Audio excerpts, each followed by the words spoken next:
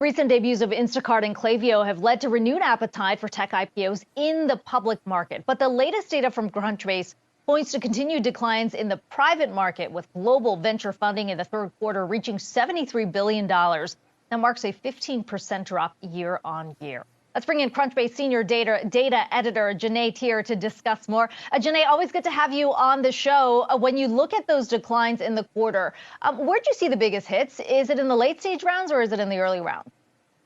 So I think the interesting thing is the hit that we're seeing this time around is in the early rounds, and we're 5 to 6 quarters into the decline, and this is the second lowest quarter we've seen since we've been tracking the decline. And it's really interesting that it's early at late stage, because investors have largely stepped away from those very large rounds, the high valued companies.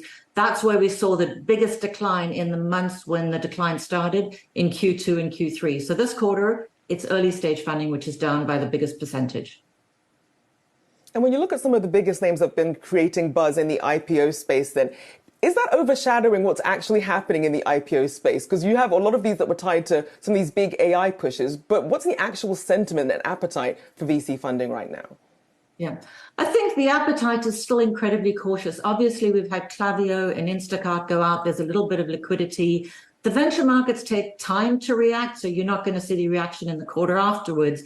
But I think based on how those stocks have performed, there's still a lot of question mark and still a lot of risk concerns for venture investors. And I think the way venture investors are seeing this, the fact that they're not investing heavily at early stage suggests that they're not seeing those interesting companies come through that they really want to back at the earlier stages. And I think that's because those investors have invested.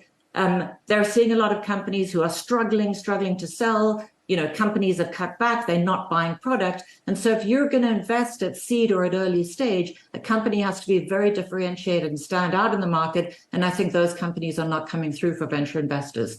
So still a massive pullback we're seeing this quarter.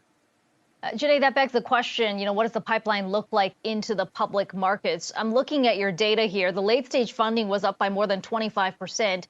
Does that suggest that some of these bigger VC-backed companies will stay private for longer, given just how choppy the trade has been for the likes of an Instacart or a Klaviyo?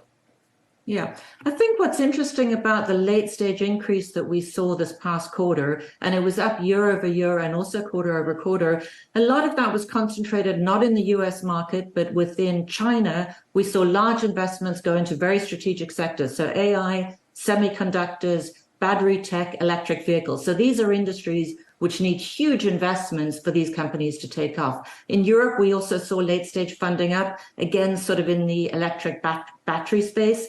In the US, we saw very large fundings go into AI, but late stage funding was not up in the US. So I think this is more reflection of strategic investing and sectors that need very large rounds rather than excitement about the IPO markets. There were a few rounds. Databricks did raise a very large round at the highest valuation this past quarter. They were valued at $43 billion, up from 38 when they were last valued in 2021. That's a company that is clearly beginning to prepare to go out. So there are a few of those rounds, but it's way more selective.